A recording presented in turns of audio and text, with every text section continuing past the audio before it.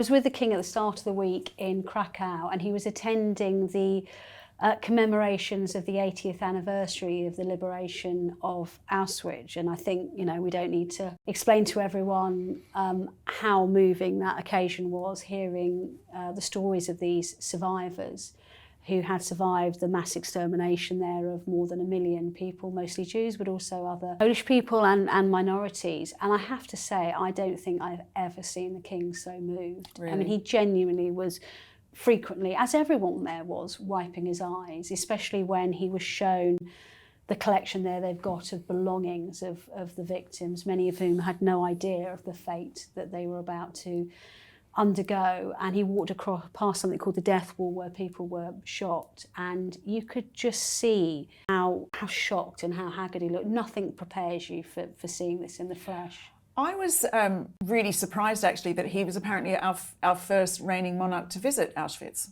I was surprised, and actually I assumed he probably visited it as the Prince of Wales, but he hadn't.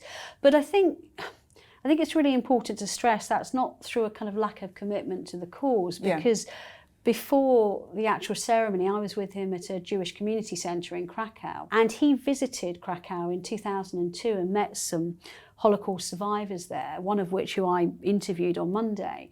And King, then Prince of Wales, actually said to him, "What can we do to help you?" And he said, "We would love a centre here where us survivors could meet to share our stories, but also one that's for hope and optimism for the future, that promotes interfaith harmony, community cohesion."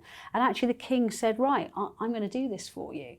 And he gave a personal donation. He got Jewish World Relief involved, and that centre is now there and is celebrating 17 years in existence.